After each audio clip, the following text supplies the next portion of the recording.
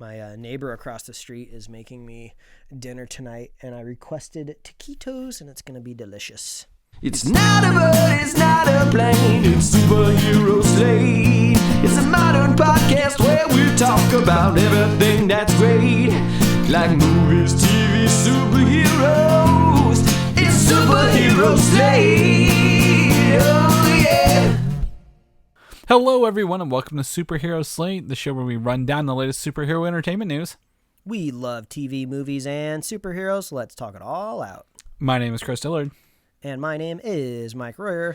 And this week we've got a release date for WandaVision. Oh, Ooh. Kind of a double-edged sword there, but it's nice to have a date. I'll take the W for WandaVision.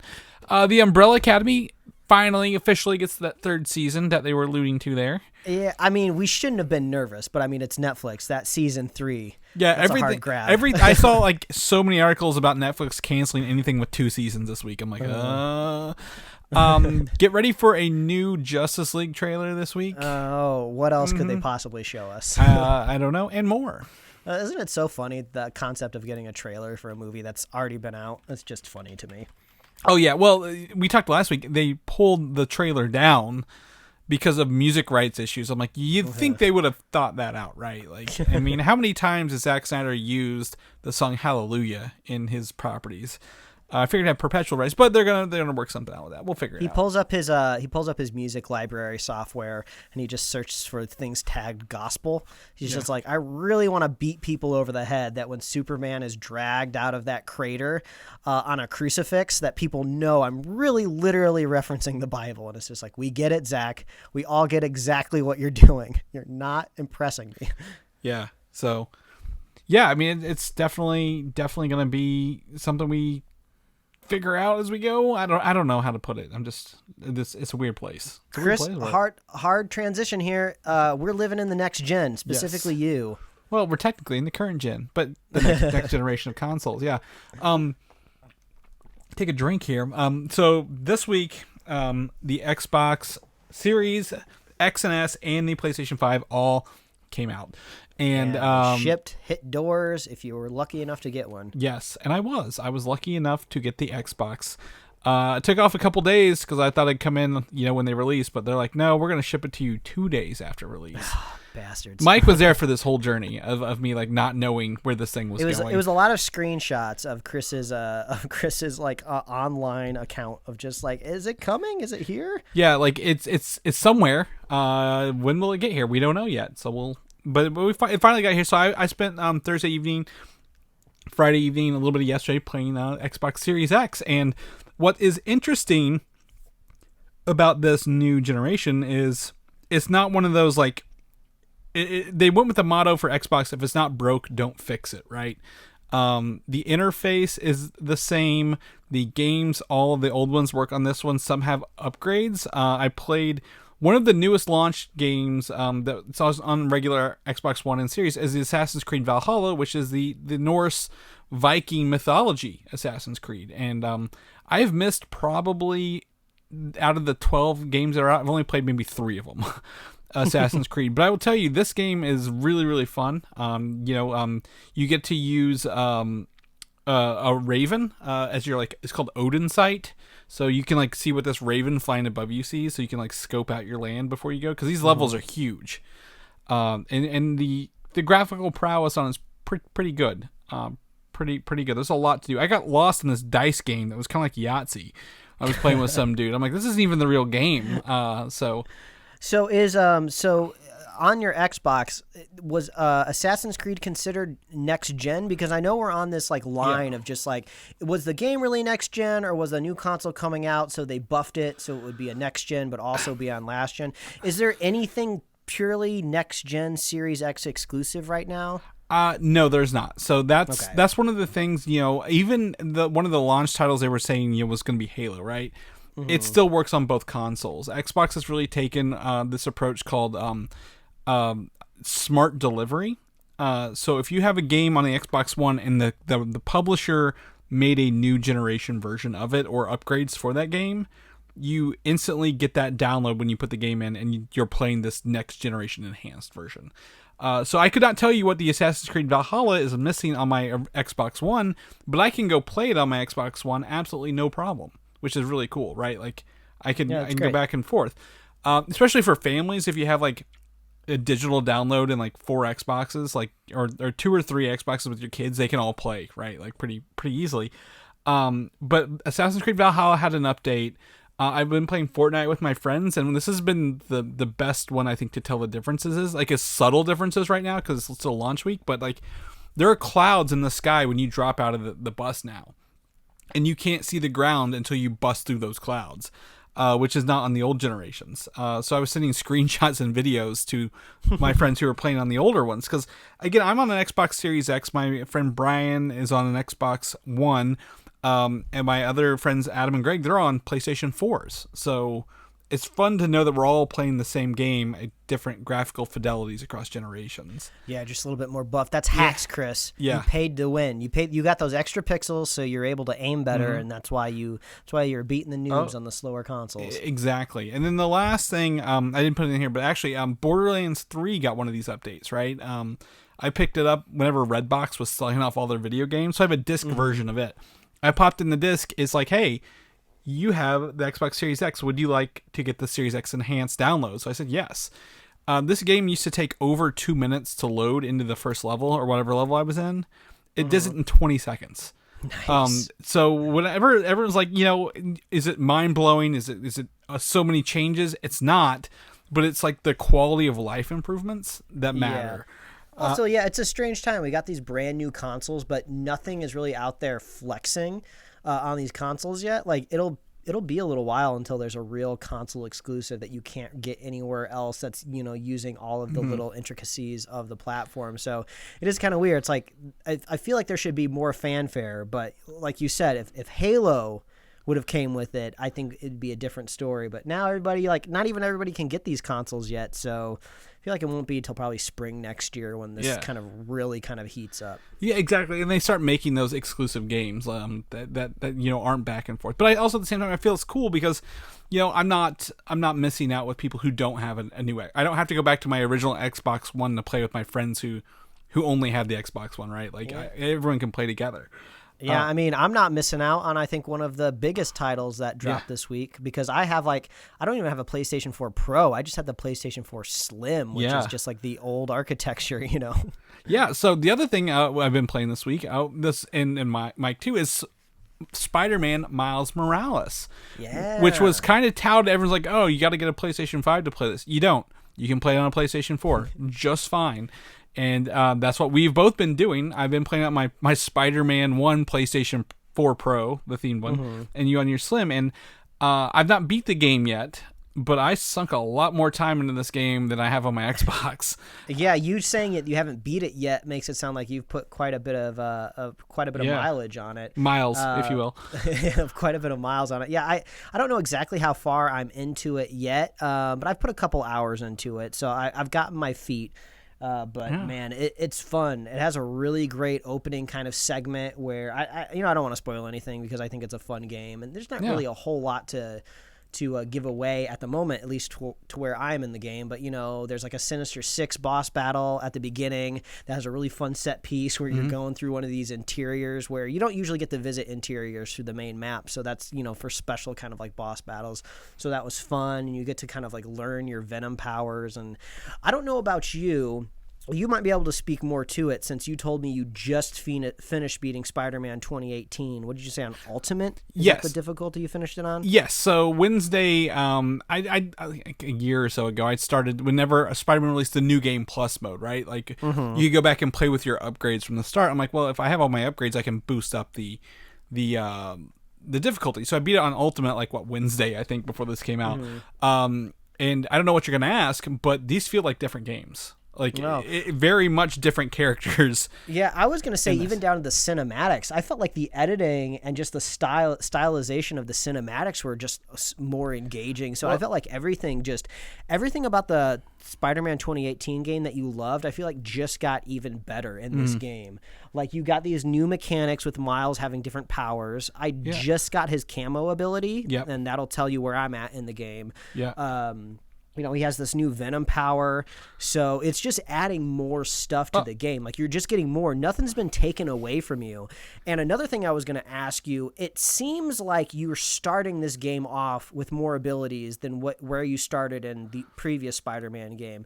Because I feel like I didn't have the ability to kind of launch and do some web zips possibly at the very beginning of the game. It seemed like you kind of picked those up a little along the way. So they really kick you. They really, you hit the ground running with this one a lot more. Yeah, it's very interesting because there's also a scaled back upgrade system where, there's not as many abilities. So the way you're putting points in is a little different. I think he's got 3 abilities, right? Invisibility, his Venom Shock, and then there's like, I forget what the other one is, but there's 3 of them. And then the way you upgrade your other like speed zip abilities, you go actually beat little tests across the town. Mm-hmm. And I agree. I don't know if the cinematics are better. I feel like it is, but I will tell you, the music in this game makes it feel so much more alive.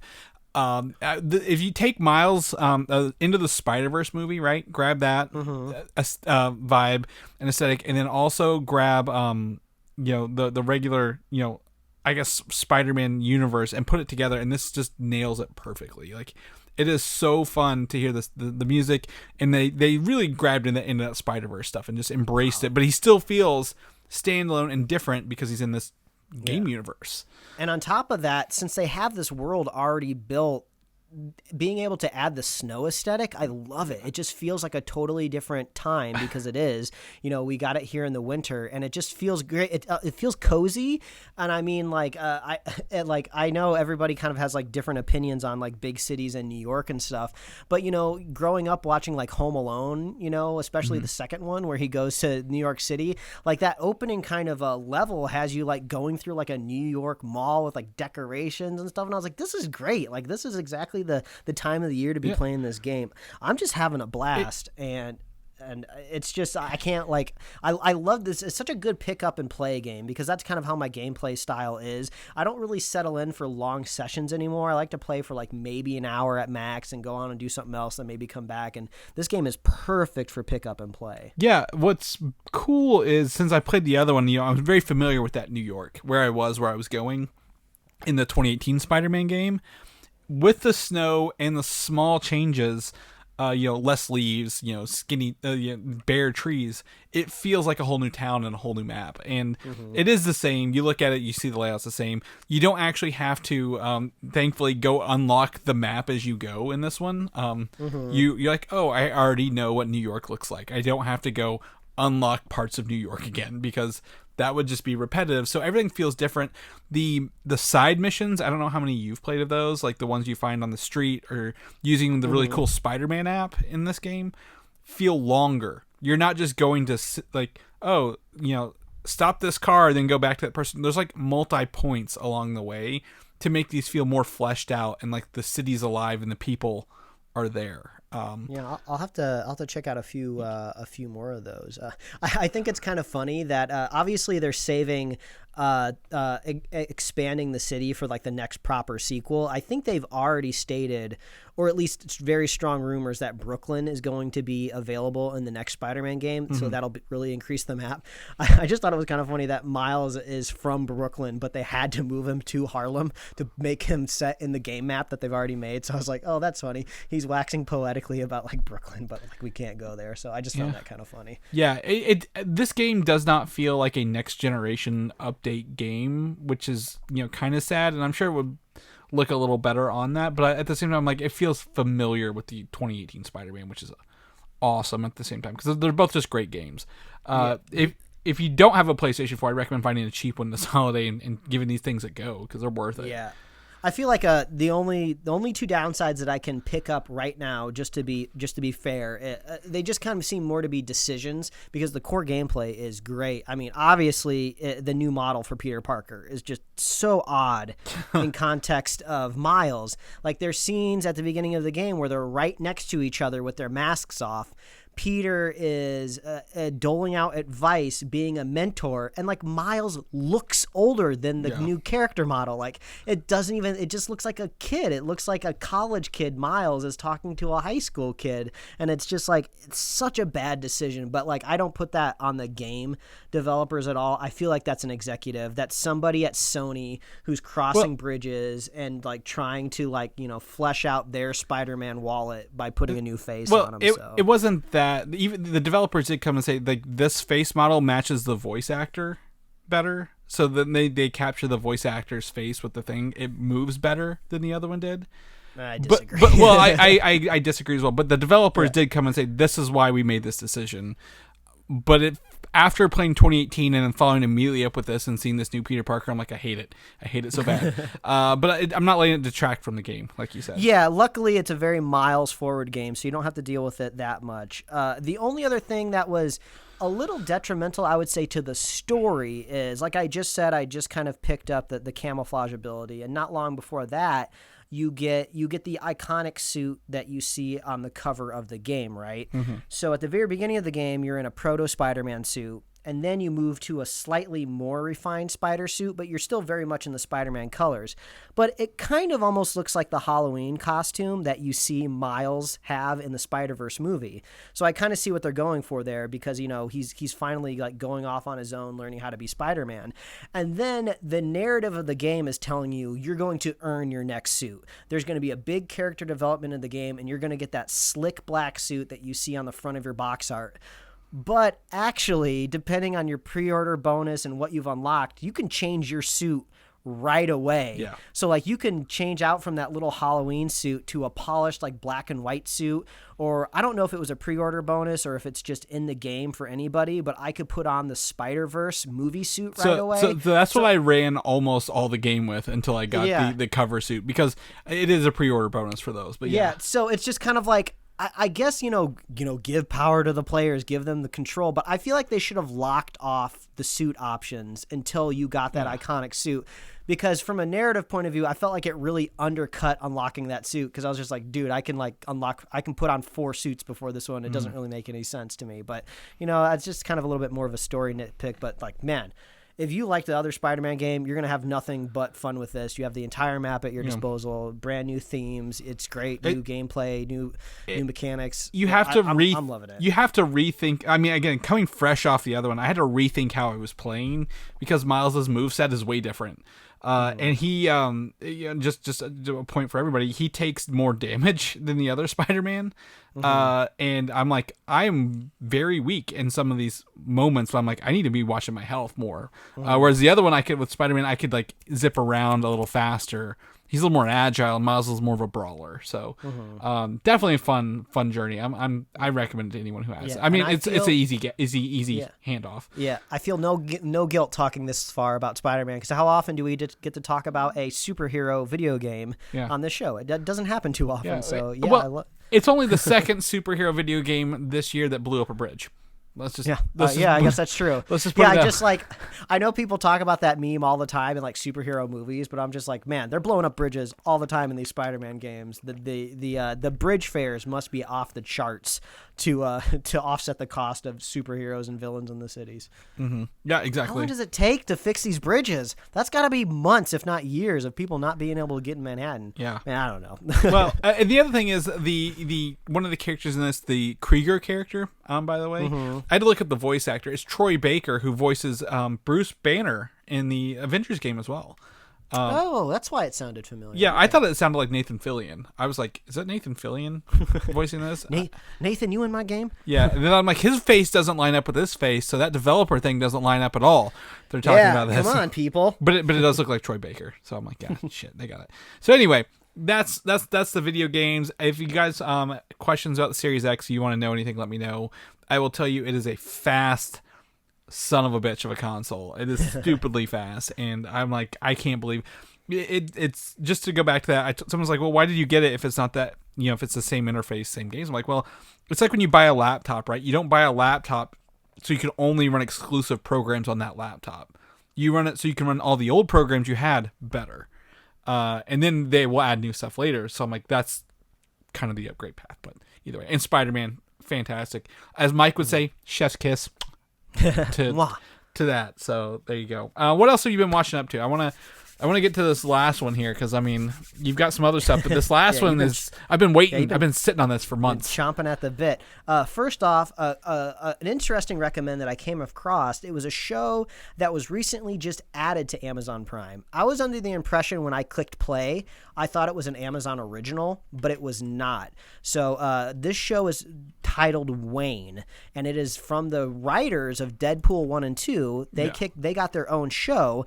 And what I thought originated on Amazon Prime did not. I looked it up, and it was actually a YouTube Premium show, which aired last year. I want to say in the fall 2019. I don't know the exact date, but YouTube Premium. I don't know if it just didn't perform well. I know the whole platform is kind of dying over there, but it never got a second season.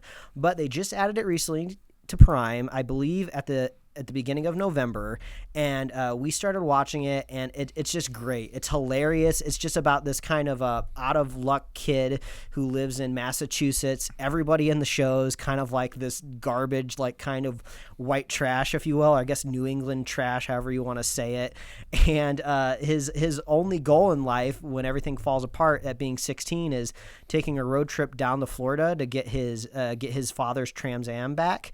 And it's just this fun adventure of this kid and his new friend trying to make it down the east coast of Florida, and you meet all these characters along the way, and it's just hilarious. It's kind of graphic, it's crude, it's very very not safe for work. There's some kind of shocking violence, but it's used sparingly, so that's pretty shocking, but what I want to do is I want to read the synopsis to you, because the synopsis is what sold us on the show. We just happened to pull up Prime. We saw this show being advertised to us like in the banner space and everything. And we read the synopsis, and this is how it goes. Wayne, a 16-year-old Dirty Harry with a heart of gold, sets out on a small 2-stroke road bike from Boston to Florida with his new friend Dell to get back their shit-hot 79 Trans Am that was stolen from his father before he died. And I was just like, just the fact that somebody used the term shit hot, something I've never heard of before, just told me that just this show had style. And then once I saw that the writers from Deadpool 1 and 2 put this show together, I was just like, okay, easy watch. So we're about halfway through it. We're having a great time. I'm actually kind of partitioning this show out, because I easily could have had this show binged like 4 days ago. But I was like, no. I don't even know if it's going to get a second season because it was canceled on YouTube. But I have a strong feeling that if I recommend this show hard enough and everybody goes out and watches it on Amazon Prime, I think we'll get a second season on Amazon on Prime, because I don't know why Amazon wouldn't want to be in business with the people that are writing the Deadpool movies. And the show is great. It's hilarious. This kind of the teen cast that they put together is so funny. It's got some well-known adult actors. I can't think of the principal's name from the school off the top of my head, but one of the fathers in the show is the guy who plays Mayhem in those insurance commercials. I know him as Dennis from 30 Rock, but he has that total Boston accent that works so well with the show. But everyone, you got to go watch Wayne on Amazon Prime. It's so hilarious. You'll know 100% for sure if it's your type of show. I would say from the cold open, but the whole first episode will really tell you exactly what the show is. So go watch Wayne. Easy recommend. Go check it out. But outside of Amazon Prime, Disney had a new kind of mini series that dropped called Inside Pixar this weekend. I've only checked out a couple episodes so far, but it didn't take very long to watch them because I was kind of anticipating something a little bit more lengthy, but each episode seems to be only about 10, 12 minutes long. Yeah, they're like bite-sized, like Quibi-sized, really, episodes, if you will. Yeah, but if you're a big Pixar head, you got to watch these specifically because the first 2 episodes gives you a little inside information on Soul that comes out in December, right? That's Christmas Day. Yeah, that's when it hits Disney Plus. So you actually get a little inside story info on Soul before it even comes out. And then in episode 2, they talk to this designer who's working on the next announced Pixar movie. I don't remember what it's called, but it's about that kind of like coastal Italian story. Yeah, there's supposed to be like a mermaid or some sort of creature in it. So you actually get a little inside of some what that movie is going to be about. So yeah, this one's a super easy recommend. and I saw episode 3. They're talking to the director that did one of their shorts. I think the short is called Out. I haven't watched it yet, so I haven't watched that episode yet. I got to watch the short and then watch this. So, yeah, if you're a Pixar fan, go check out Inside Pixar. But here, the coup de grace, Chris. Yes. You finally got me back on the Clone Wars train. Ooh. I would say just in time if you've watched The Mandalorian last week, episode 3. We're not going to spoil Mandalorian episode 3 on this episode, but just in time because you gave me a very helpful list of Clone Wars episodes, the ones that you must watch to get caught up to season 6 and season 7. Because season 6 and season 7, as I'm aware, are very concise. You do not need an episode guide to jump around. You literally watch them episode 1 to episode 13 for both of those episodes. So I'm finally up to season 6. I believe I'm on episode 2 of season 6. So I'm in the home stretch for finally finishing this out. But you got me to watch the what did you call Siege of Mandalore? The Siege of Mandalore, the kind of the story arc that happens at the very end of season 5. And I would say that is very, very, very good watching material if you're watching this season of Mandalorian. I won't give anything away, but I was like, wow, I'm glad I started watching this when I did because it's supplemental material for that last episode of Mando. So that's where I'm at now, Chris. I'm moving along pretty smoothly. I'm glad I don't have to check out episode guides anymore for this. Because even when I was watching them 100% of the way, I had to pull up that order because everything was out of order. So now I'm glad I'm just on season 6 and I can just plow through to the end of the show, and hopefully I'll be done here before Mando wraps up, because it seems like Mando's going in a specific character direction that probably I'm guessing they're saving for the season finale. So I really want to make sure that I finish watching this before the season finale drops. Yeah, I mean, I hope it's before the finale simply because of everything kind of going on. But knowing that Dave Filoni was the showrunner for the Clone Wars, Jon Favreau was the voice of Mandalorian character in the Clone Wars, would make sense that they're both bringing some of the story points back for the live action Mandalorian. Man, Dave Filoni, I just want to give him like a standing ovation. He is doing, I mean, I guess he did some really, really cool stuff in the Clone Wars. I mean, I had a shit-eating grin on my face in an episode that I watched where the Maul brothers were fighting the Emperor.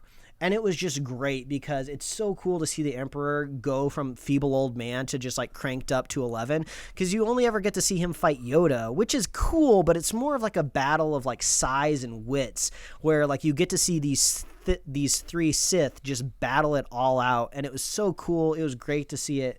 Great to see it all play out, and they're just doing some really cool stuff. There was like a 4-way battle between the Mauls and Dooku, Obi-Wan, and what's her name? She's like she used to be Dooku's Asajj apprentice. Ventress. Yeah, Ventress. And they all had red lightsabers, so it was just like a blur of red lightsabers for a scene. It's just like so cool. There's some really standout stuff happening in the Clone Wars, and we obviously endlessly recommend the show, and Chris recommends it enough that he motivates me along to finish Well, it. It's kind of one of those things, you know, again, Mike only has certain times he watches it. I'm like, no, you've got to get caught up. Like, this is now a very important thing to get caught up on, and you know, ironing out what you need to watch versus there are filler ones helps. I mean, that's good for you to help with that, and you get to see those cool moments that you don't want to tell someone about. You're like, you got to go watch it. Like I can tell you it looks cool, but until you watch it, you don't know what you're missing. I mean, Filoni adding some like background context to Order 66 in season 6. I was like, that's cool. That's smart. I wish this man was in charge of the prequels. But unfortunately, he was maybe a little bit too green in his career, and George Lucas obviously wouldn't have known who the hell he was back then. Well, I think at the same time, honestly, don't put him in front of the prequels. Put him in front of the sequels. Man, Dave Filoni needs his own trilogy. Yeah, I mean, he I don't think he did anything where he's operated right is between the prequels and then the original series. Nothing after. He respects the material, and you know, obviously knows what George Lucas was trying to do, but knows how to tell that story in a better way. Yeah. And fill it out.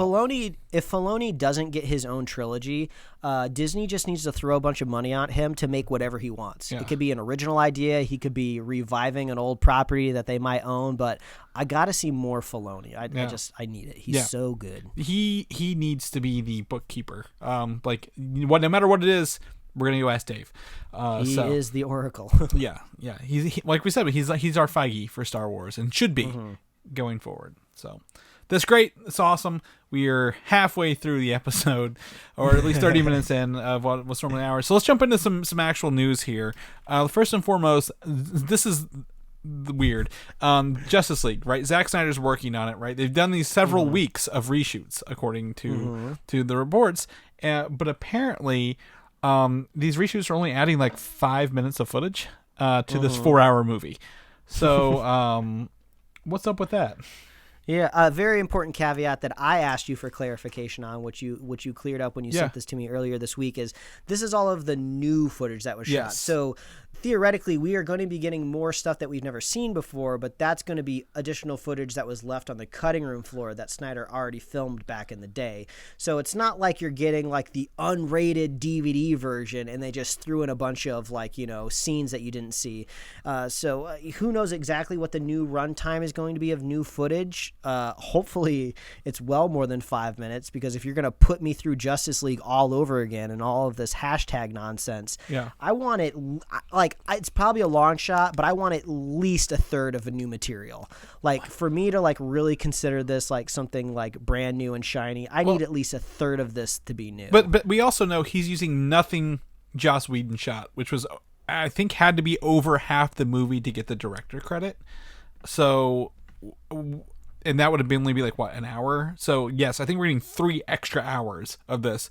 But this is a lot of money and a lot of work to film 5 minutes of footage. Like, what are you missing? Like for 5 minutes? It makes me wonder: is it just like hookups? Like they're just trying to transition from scenes, so they just really need the boilerplate, get the actor in here to say like one line, so the transition works better. Is this like a brand new scene, or are they just are they filling out stuff?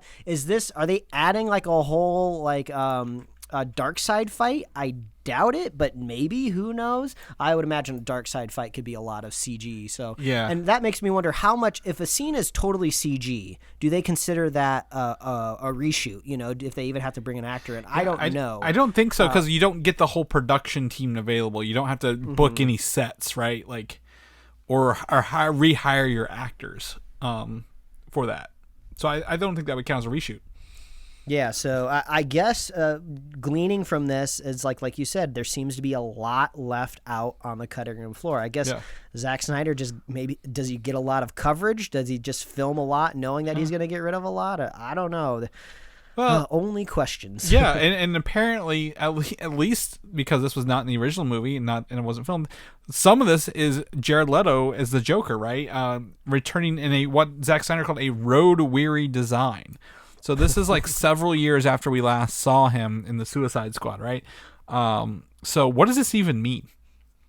What does this mean? No, it's going to be like a trench coat. They're just going to put him in a trench coat like they did with Batman in that dream, flash forward, possible future. I don't know. Joker in a trench coat. That's my guess. Yeah, he's got goggles. Let's put goggles on. Goggles, yes, goggles. Let's put $20 down on goggles. Yeah. That sounds pretty good. So even though we will get that Joker again, we know we have. I don't think we'll ever see Jared Leto return again. I think this is all some fun stuff for Zack Snyder. But yeah, that's fine.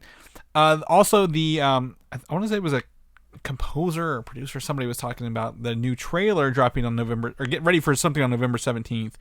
Apparently it's this new trailer with the new music and possibly some new scenes added to it.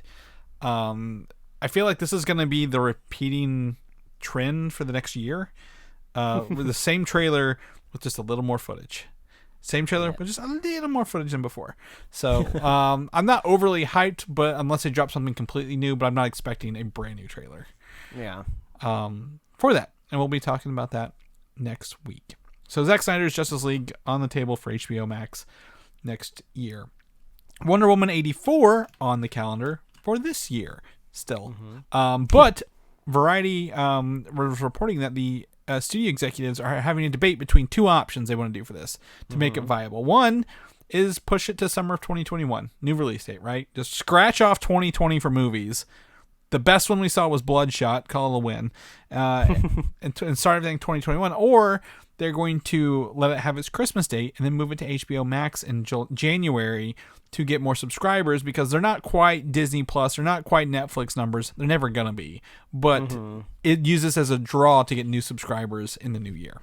God, I just feel like if we would have talked about this option, the HBO Max kind of December theatrical release option, I feel like my opinion might have been different a couple weeks ago, but just in the last week, all of the reports have been talking about this new coronavirus surge, about how we're actually going into this brand new wave of the virus, and it just seems very irresponsible to push people to a theater in December, especially after I'm sure Thanksgiving holiday in America is going to increase infection rates because people are going to be getting together. Hopefully everyone's being as safe as possible if they have to get together, or if they do their proper testing and quarantining. But I just feel like the numbers are not going to be better by Christmas, so it just seems very irresponsible for things to open back up since things are just not trending positively. So as much as I'd love to be able to watch it on HBO Max in January, it is kind of making sense to wait until summer. And they're lucky in the sense of they don't have to worry about MCU continuity, right? They don't have to worry about the order in which stuff comes out. So it's like, yeah, they can just put it out next year, and they don't really have to worry about like, oh no, it came out before this movie and now this cameo doesn't make any sense. As of right now, I don't think any of their movies would fit. I think the Suicide Squad would need pushback, but obviously it doesn't touch anything. The only thing I can think of is if they say theaters, they don't mean American theaters. They mean international theaters, and then put it on HBO Max. I suppose that might be their best out. Yeah. So they get some money from the theatrical release, and then again, here's the thing: they can release all these movies in theaters again later, right? Like there's nothing big that's going to come out that's going to block all the theaters off forever. So you can make your money back in the theaters off these probably. Yeah, come on. Of course we want it to come out HBO Max in January. Chris and I want to be able to review it and talk about it with the masses. And if it comes out in January, that's exactly what we're going to do. We're going to watch it. It'll probably drop on a Friday. We'll watch it. We'll review it, and we'll have it up by Sunday for everybody. Yeah, and that's what we want to do. That's ideal situation. But if they delay it, and I'm not really surprised at the end of the day for that either. So we'll keep you guys posted. WandaVision, Mike, alert. We have a release date for WandaVision. We're going to get to watch this sitcom, which is also set in a TV universe, apparently. Very meta here. January 15th on Disney+. January 15th. You know what? Originally, I thought January is kind of a weird month for premium content, right? If you think about the movie release schedule, right? But since you don't really have to rely on the box office, I mean, January kind of makes a little bit more sense for TV because the traditional broadcast schedule for a TV show is usually you kind of get like a mid-season cliffhanger or finale. We saw this a lot with Agents of S.H.I.E.L.D. because Agents of S.H.I.E.L.D. like to split up their seasons quite a bit. So, a lot of dramas and TV shows have done this in the past, but let's take Agent of S.H.I.E.L.D. December, you kind of get this cliffhanger, and then usually the show comes back in January. So, yeah, January can be a good month for TV. And, I saw some rumors out there online that there's some other Marvel shows that could possibly be pivoted for January. But so, I mean, this could be an actual month that streamers like to put out stuff. Like, it just seems like the dates don't have a rhyme or reason, at least with Netflix. It just kind of seems like if it's a holiday movie, they're going to try to put it out around the holiday. But if not, you could have a premium streaming show that's going to be your next favorite thing that you binge in 2 days that comes out on a random weekday. You just never really know. Yeah. Well, the only thing I can think of with this is Mandalorian, I think, will end right before Christmas. Right before they are putting Pixar's Soul out on Christmas Day. And then I believe if I look at the numbers here for subscriptions, most people go back to subscriptions or add new subscriptions after the holidays because they've spent all their money on big gifts. They're like, okay, I can jump back into a subscription service and go that route if they're out. Now that's if you're looking at new subscribers. Disney doesn't need those, I think. But also, it's also a nice month break between Soul and Mandalorian to here. So people are like, I don't need to cancel if I'm going to watch it again, right? I'll just renew it and I'll just keep my thing going, and it'll just be the next movie or show by that time. There is my thought process here. Well, and also you get better media coverage on the show when you're kind of out of the new year. You quote unquote get people back into the office or virtual office, whatever it is. So it's going to give the show more time to breathe as well. So it's a bummer that we have to wait a little bit longer, but it's like what 2 weeks. You got time to go watch Wayne. Go watch Wayne on Amazon Prime. Yeah, I mean it's 2 weeks, which is really not that bad. It could have been much worse. And Wayne has his own little superpower. He gets his ass kicked like in every episode, and he gets back up. So it kind of feels a little bit like Kick-Ass. Like he doesn't explicitly. What word am I looking for here? Explicitly. Yeah. He doesn't explicitly have powers as stated in Kick-Ass, but it kind of feels like that. Yeah. So go watch Wayne before you wait for WandaVision. Yeah. So we're less than 2 months away from it. So that's a plus for us. Got something to look forward to. Another Disney Plus. I feel like every Marvel property right now is filming. Everything is filming. And Hawkeye is one of them. Speculation is increasing for Haley Steinfeld to be Kate Bishop. I believe her schedule opened up. Yes, please. So we'll take her. But also there's a rumor going around that Hawkeye loses his hearing during the series like he does in the comic books. Because there is a character called Echo who's a deaf superhero, right? Who we've talked about. But also they're going like a hearing specialist at some point in this. So I didn't realize, is that canonical in the comic books? Is that like a attribute of Hawkeye at some point in time when he loses his hearing? Yeah, the Matt Fraction version really touches on that he is very, very hard of hearing, if you will. Oh, gotcha. I was going to say the only kind of ailment that I feel like I remember Hawkeye having is, I don't know if this is ever considered canon or what universe it is, but I know in Old Man Logan he's blind, right? Yeah. So I just always think of Hawkeye as blind because it's more ironic because he's Hawkeye and he's blind. So, all right, hearing loss. I guess it works with the story. I don't care. Yeah, I mean that's fine with me. I mean, like the Fraction runs very very lauded runs, very good. So that's fine that they borrow some elements from that. Kate Bishop was in as well. So chalk that up as a win. Another big win here. Thor: Love and Thunder, continually growing cast, continually getting praises. Chris Pratt coming back as Star-Lord for this movie. Oh. We don't know how much, we don't know how little. But the last time we did see Thor, he was with the Guardians of the Galaxy. This is truly the great thing about the MCU and all of these actors kind of being paid under one umbrella is that it honestly makes the most sense story-wise.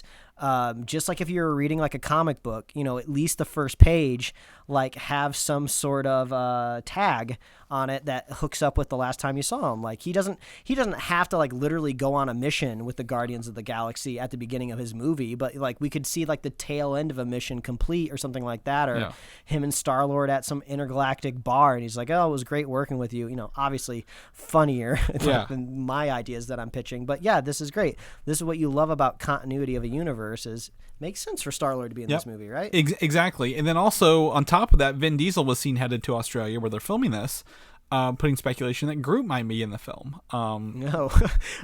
But isn't it funny though? Vin Diesel does not need to be in Australia, right? No. He could he could come over to my place. I have the microphone. He could just do the voice. I'd love to have him over. We'll make him dinner, as long as he's been COVID tested, he can come on over and join us for Thanksgiving.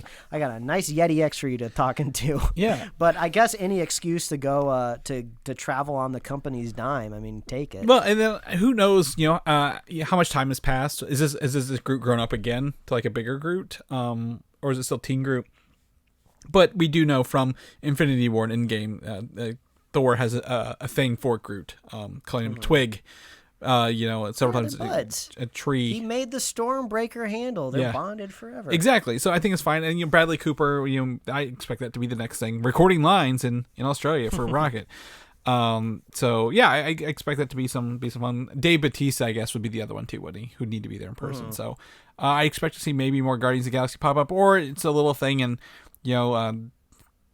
how Star-Lord and Thor were, they had that sarcasm about masculinity for all the movies. So who knows how that'll end? Maybe my pitch is the movie starts with them arm wrestling. Obviously he's Star-Lord's going to lose, but that's my pitch. Some sort of gamesmanship where they're competing over a game. Yeah, something's got to happen. Natalie Portman will be picking up the hammer and becoming that version of Thor. So looking forward to Taika Waititi's Thor: Love and Thunder. That's for sure. Yeah. Black Panther 2. I can't believe this is news. I had to put this in. Why is this even news? Producers for Marvel have to come out and say that they will not use a digital double of Chadwick Boseman for Black Panther 2. Yeah, of course they're not going to do this. Like, why are people asking? Are you going to use a digital double? No, they're not.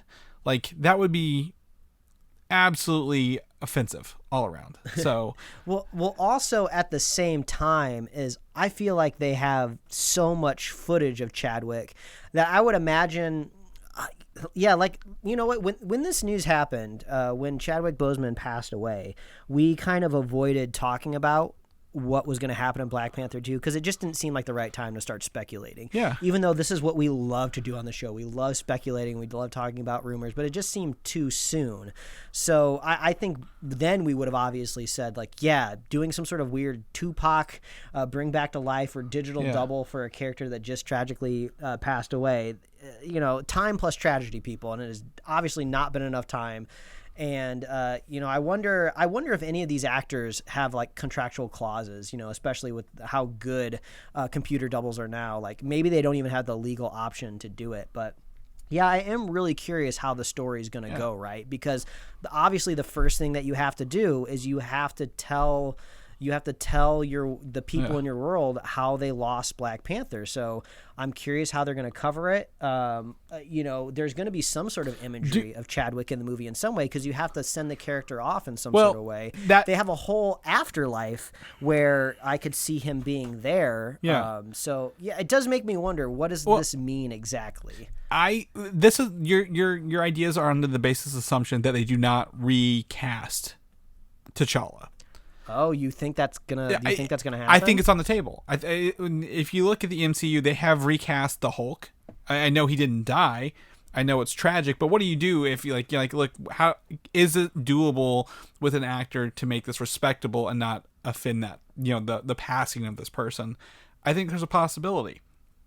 I think, again, I agree the idea of passing it on to somebody else is probably the better, safer option, but there's still always the thing, maybe we recast because we have more plans for this character as T'Challa.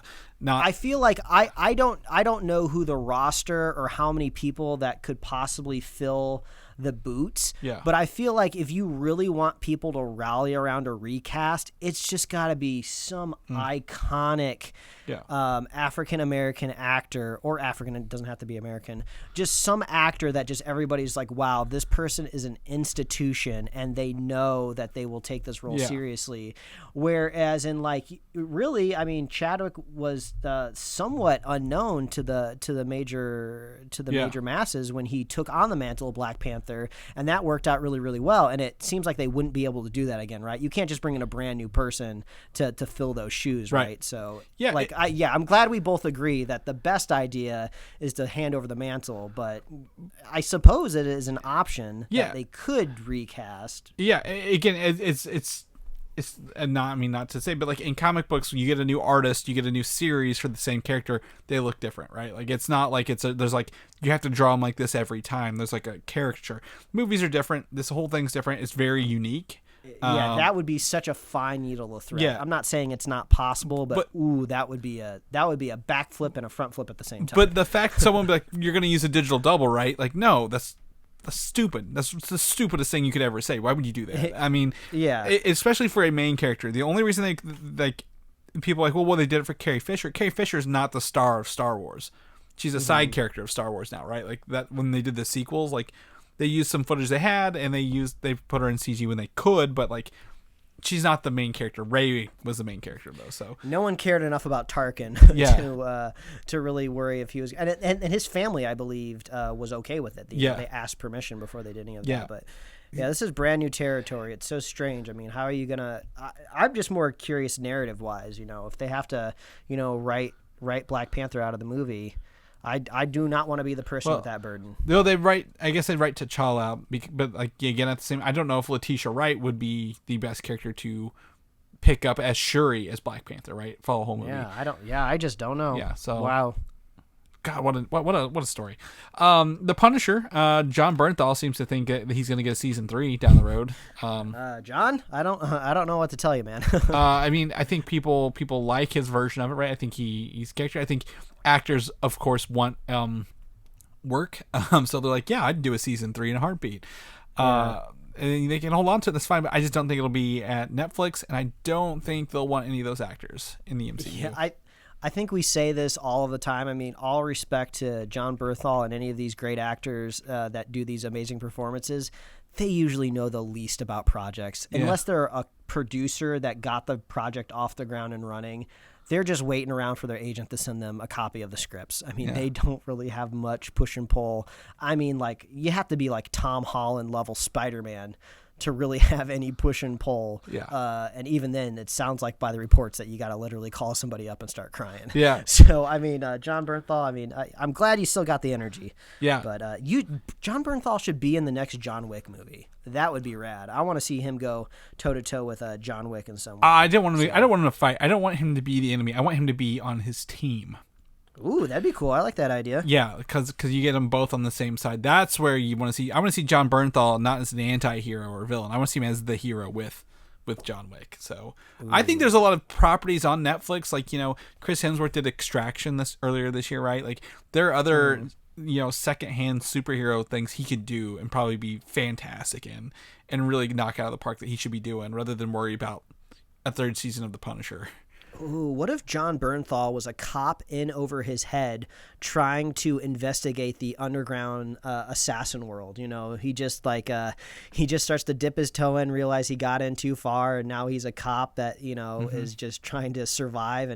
But he's a badass, and he can go toe-to-toe with these assassins because, he's got plenty of experience. And then he meets up with John, and then stuff goes crazy. I don't know. I think the cop wouldn't have the skill set that John Bernthal has for fighting and acting. I think he's a mercenary hired by Halle Berry to go back up John Wick after he's healed. Sending in some backup. All right, the cavalry. Yeah, the other, John He's got to be on a horse. We got to bring horses back into it. I know the last movie had horses, but more horses. Yeah. I mean, there's got to be some time pass here. We gotta let him breathe a little bit. But anyway, Punisher season 3, it ain't on the table. However, Netflix will give Umbrella Academy a season 3. Yeah, 10 episode season this time. I think it was was it 8 or 10 before? You know what? I don't know off the top of my head. I'm gonna have to look it up. But 10 episodes is always good. Anything past 10, I think you're really stretching it. If it's dramatic, I think comedies can easily go past 10 episodes. Action comedies, and stay their welcome, if you will. But yeah, I mean, just like a lot of other Netflix stuff, especially superhero stuff, there was a cliffhanger at the end of season 2, so I want to know where that goes. I mean, it's kind of vibing off this new comic book that, what did you say that what was that Academy called? Oh, the Sparrow Academy. Academy. It's not out yet, Yeah, so they got a lot to vibe off of there. This is one of those Netflix shows that are just kind of like crushing the algorithm, right? They look up those analytics and go like, well, we got to renew it, right? So season 3, that's a big pull. Season 4, season 5, that's a whole nother question. That's a whole nother avenue. God, I'm gonna be so mad if they cancel this show, especially if it keeps its quality. Like, I'll revolt. I'll cancel my Netflix subscription just so they see their stats go down. If they could. If they cancel it or end it on their own terms, I'm happy. If they cancel it on this cliffhanger, I'd have been upset. I'm like, you sons of bitches. You obviously approve them to leave it on a cliffhanger. Why would you do this? But the last 2 seasons were 10 episodes each. I think the last one's just as fast. Like, this show is so fast, right? It's unapologetically very fast paced and very fun. It's fast and fun. Yeah. It's fast and fun. And it's very good. Great actors. Again, I like Fives, and I like the one who talks to ghosts. I like how you call him Fives after the clone trooper named Fives. Oh yeah. I'm really bad thinking of his name, but anyway, great show. I'm glad this is getting season 3. I think we're all very, very excited about this, and hopefully, knock on wood, they can get into production soon. Are you still watching anything on the CW? Oh no, not really. I think the last thing I watched was probably Katie Keene, which was actually a spinoff of the Riverdale universe, and it got canceled, which was kind of a bummer because I thought it was good. You know, it was fresh. The CW shows are always at their best in season 1, I feel like, because that's where all the good stuff is, and then you kind of elaborate a little more in season 2, and then once you hit like the back half of a season 3 of a CW show, things start to get kind of weird, and you're just like, why did they make these decisions? And then who knows by season 4? But yeah, I think Katie Keene was trying to get a second life on HBO Max, and it didn't quite happen. But that's probably the last CW show I actually watched. Yeah, it's not superhero related. So it was canceled. Supergirl is wrapping up. I believe this is its last season as well. However, a character from Black Lightning called Painkiller is supposedly getting a backdoor pilot in one of the upcoming season episodes. Painkiller? Were they in the first season at all? Yes. He had dreadlocks, I believe, in that. I don't think he does anymore in the new promo shots. But his guy is literally named Khalil Payne. I'm like, I hate it when, like, their name, like, I wonder who this Painkiller guy is, huh, Mr. Payne? I don't know. It must be some weird guy, but he's like sounds like a super enhanced he's a super enhanced killing machine known as Painkiller, who's a member of Tobias Whale's gang and is a weapon for agency. So it sounds like, I don't know what his exact abilities are off the top of my head, but it sounds like with these other shows getting the boot or leaving, they're looking to add more shows to the CW. Probably lower cost shows. This is also being produced not by Greg Berlanti, but the producer of Black Lightning.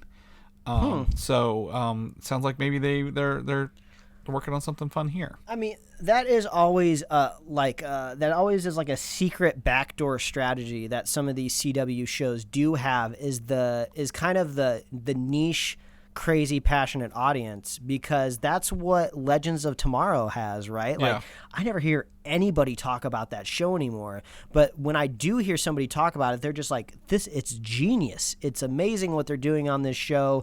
They've gone in a totally different direction. They've really carved out their own. It's its own entity now that you can really just enjoy, and you don't have to worry about this whole universe that it exists in. So it seems like Black Lightning might be trying to do the same strategy. So go ahead, go crazy. I know the only other CW show that I'm aware of is Sabrina, and I believe the last season drops on Netflix in I think Christmas, New Year's Eve or like New Year's Day or something. So that's another CW property that's going to be wrapped. Well, CW, you know what I mean? Yeah, Berlanti property that's wrapping up. Yeah, because like I say, it was like the one spinoff that wasn't on CW. Like they went to Netflix, and I've heard people really love it. I know people who read it. So. That's good. I mean, this is the backdoor pilot worked for The Flash. I don't know if a show named Painkiller is going to get any traction, but if they write some good stuff for it and they feel good, maybe this could be like some mid-season fillers, right? Some 13-episode stuff. I feel like if I had to describe kind of like the Berlanti kind of universe or kind of phase of the studio, this is kind of like phase 3 that they're in, right? Yeah. The first phase was like the phase where everything was blowing up. The second phase is when all of these shows were starting to get green light. They were getting 3rd and 4th and 5th seasons. They were adding all the crossovers in. And like now, phase 3, they're just kind of like, what do we do? What's our next bet? You know, this is like the era of lesser known characters or characters that probably should have been a bigger deal. Like they have the Superman and Lois show, Painkiller. I'm sure there's something else in there. The phase 3 almost seems experimental, right? Yeah. It's just kind of like, what do we do? We're putting some stuff on streaming. You know, we got stuff there in different universes. Let's see how this goes. Yeah. Good luck for them. We'll see how this goes. We'll keep you posted. And if the fact it even gets a backdoor pilot, not a full pilot, is pretty good. That means it's going to air at least. So good for them. We mentioned it earlier, but Bloodshot, Mike, sequel Chris, is in the works. I didn't see this in our show notes until just now. I'm excited, man. Yeah. This is the one thing I said when we reviewed the movie earlier this year. I would welcome a sequel for this film because I think there's enough here to have fun with, and they're getting it. This is great. Yep. So I hope this isn't just a rumor. Yeah. Right now this is from the producer of DMG. I guess is like the company that made it. With Sony. Is that there are plans for this? They didn't talk about directors or anything, but like they're not using traditional theater models to measure success for this, right? Because it was out for a week before everything shut down. So they're like, we can't say it's a failure because it had a week in theaters and nobody went to it. We have to use other things. So they're thinking it's success. Vin Diesel is always a big draw, right? They said Fast and the Furious movies are wrapping up sooner than later. So get them while you got them, and let's do it. So let's. I think that'd be fun. Yeah, that's kind of the secret sauce, right? Is Vin Diesel is one of the kind of the few calibers of actors right out there where you could put him in you could put him in a garbage can and film that garbage can for 90 minutes, and you're probably going to make profit on it, even if your budget was really high. I don't know, like because a gold garbage can, I don't know what would make that so expensive, right? But he's the type of guy that gets return on investment. So if it wasn't a big name, I wouldn't be shocked if we didn't get a sequel. But yeah, he can push ticket sales. Yeah, exactly. And I would not be surprised if he steps up as maybe some sort of, if he wasn't already like a bigger producer, maybe more than an executive producer, like a full producer.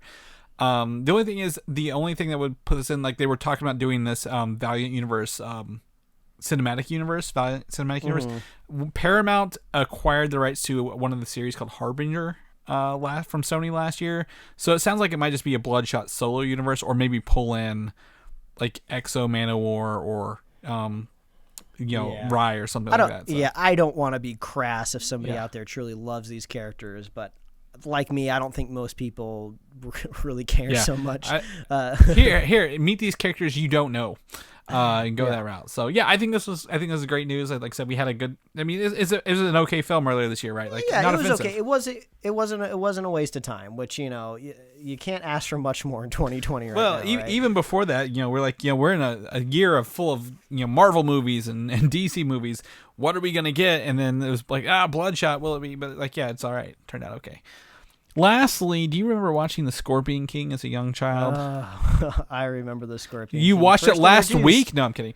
First introduced in Mummy 2, right? That is correct. Dwayne Johnson played the Scorpion version of The Scorpion King in the Mummy 2 was it the Tomb of the Scorpion King or something like that? Mummy 2? I don't know. But then he had the I thought it was the Mummy wasn't it the Mummy Returns? Isn't that technically the title of the second one? Hell if I know at this point. Those were the golden days of Brandon Fraser, right? Like I miss those. Yeah. But soon after it got The Rock as the origin story of this character. It was like one of his first movie roles, right? Like he wasn't much of an actor then. It's okay. I have the soundtrack for this movie. It's all a bunch of like early 2000s new metal, if you will. Wow. But yeah. So Dwayne Johnson is producing a modern day reboot of The Scorpion King. Now I want to pull this up here. Who would have guessed? I'm going to pull this up here. I believe there is in this franchise, the film series. I got to pull it up here because there are at least 5 Scorpion King movies in that franchise. What? Yes. So what? Yes. So direct to videos all the way through here, right? Wow. The Scorpion King 2, Rise of a Warrior. Scorpion King 3, Battle for Redemption, has Billy Zane in it, by the way. It's the villain. Scorpion King 4, Quest for Power. Now, if that's not the worst name in the world, I don't know what is. And that has actual Lou Ferrigno in it, who for his roles. That, and then lastly, in 2018, the Scorpion King Book of Souls was released. So wow, yeah, they snuck 4 of these under your nose, Mike, without you knowing. So I think a reboot's fine. I don't like the new Mummy compared to the old Mummy movie. I think it's fun. Is there a big appetite for more Egyptian-based kind of science fiction? What was that box office bomb that happened? What was like 2 or 3 years ago? Like, was it Gods and Kings or that was like Egyptian gods? That was like 5+ years ago. Was it? Yeah, that's been a while since they've gone. I mean, I think there's an opportunity here for it. I mean, if you've got The Rock attached to it at some point, you're gonna do it, right? But yeah, well, if he's just producing, it sounds like he's not going to be. No, I don't think so either. But I think at the same time, he could be in like a side role, maybe not the main character. But the whole point of that was the original Scorpion King. It was The Mummy Returns, by the way. You're right. The original Scorpion King is the origin of this in ancient Egypt.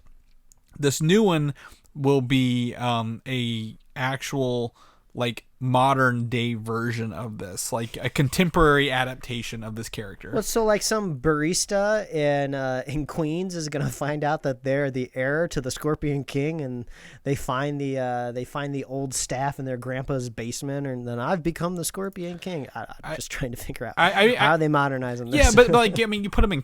Why you put them in a Starbucks in Queens? It's all Egyptian. I'm sure it'll be something in Egypt. Some tomb is going to be opened. A Starbucks in Egypt. I'm sure. I know they have KFCs over there. So they gotta have Starbucks. Well, I will tell you, the writer for this is the same writer who wrote Straight Outta Compton. Okay. Which, again, there's no relation to that other than that movie, I think, got a lot of awards. Yeah, I mean, Straight Outta Compton, that's a biopic, but they went on to do something fictional. I want to say. Were they involved? No, I think I'm thinking of the producer that's involved in a different project. Yeah, I don't know, but at least the writer's got some credentials. But it is hilarious thinking a biopic Straight Outta Compton moving into Scorpion King modern reboot. Well, it's just wow. We have our vices, Mike. We have all have things. Maybe he watched it as a child and loved it, and was like, you know what, I want to do this. I suppose I should be less harsh. I did just go on and on about Bloodshot being surprisingly entertaining, so. I'll let it slide. Yeah, that's fine. I mean, you can't say much until it's out there, but I wanted to put it out there, so it's fun stuff. Well, Mike, that's our news for this week. I'm gonna go jump in, swing around New York a bit more this evening before I call it a night. Yeah. Hopefully, you get to do the same. So, if people want to know what you're up to, where can they find you at? Well, they can find me at Mike Royer Design on Instagram and Twitter. And you can read my webcomics at pickledcomics.com. Chris, if people want to catch up with you, see what you're doing, where can they find you? You can find me on Twitter, Valdan, Valdan, or Instagram, Valdan87. On Xbox, it's just Valdan. You can find me on there if you want to see what's going on. People want to know more about our episodes, like the review we did last week of New Mutants, or any other news episodes. Where can they find those at? Oh, they can find that at superheroslate.com. That is the best place to find all the avenues we host our show and to get our awesome show notes. So if you want to see all the crazy stuff we talked about this week with nice little timestamps, you can find that in your episode descriptions, or you can go to superheroslate.com and find it there as well. You can get us on Apple Podcasts, YouTube, Spotify, and wherever else you love to listen to find podcasts. Please like us on Facebook, follow us on Twitter and the Gram, and you can get merch at superheroslate.com/store. We love hearing from you. Thanks for reaching out every week. If you're a fan of the show, letting us know what you're watching, what you're excited for. We love it when you do that, and that makes us happy that you're enjoying the food snack segments. Yes. We saw some positive reviews, so we will do our best to work in more food to the show. Because, I mean, it's all about vices, right? Mm-hmm. We're all just nerdy people that just want to indulge in the stuff that we like, and everybody loves snacks, so it's just a great pairing. We're just waiting for that Hostess cinematic universe to really kick off. Yes, the Little Debbie cinematic universe. Well, Little Debbie goes out and starts recruiting the Twinkie kid. I don't even know if that's the same corporate branch or arm, but have you heard about the Snack Initiative? Have you heard about that? So there you go. Oh, I love it. We'll pitch that next week. Yeah, we'll work on that. Stay tuned. Stay subscribed. Next week is our 300th episode. Woo! We have no special plans, but it's a milestone for us, so I think that's pretty exciting. You just finished listening to the episode 299, so come back next week, and I don't know, maybe we'll have developed our snack universe a little bit more. We'll try to pitch that for our 300th episode premise, Mike. So yeah, well, let's see how that goes. Right. But if you want to be a super fan of the show, I don't have to remind you to vote anymore. Unless you live in Georgia, you're going to be having runoffs there soon, so make sure you stay informed. But make sure you're subscribed, share the show with a friend, share the show with a buddy, and wear your mask. It's getting a little dicey out there, folks. And we'll see you back here next week. See you, folks. Bye. Bye. Thanks for listening, and don't forget to subscribe. Giraffe boner. A giraffe boner. I saw a giraffe boner.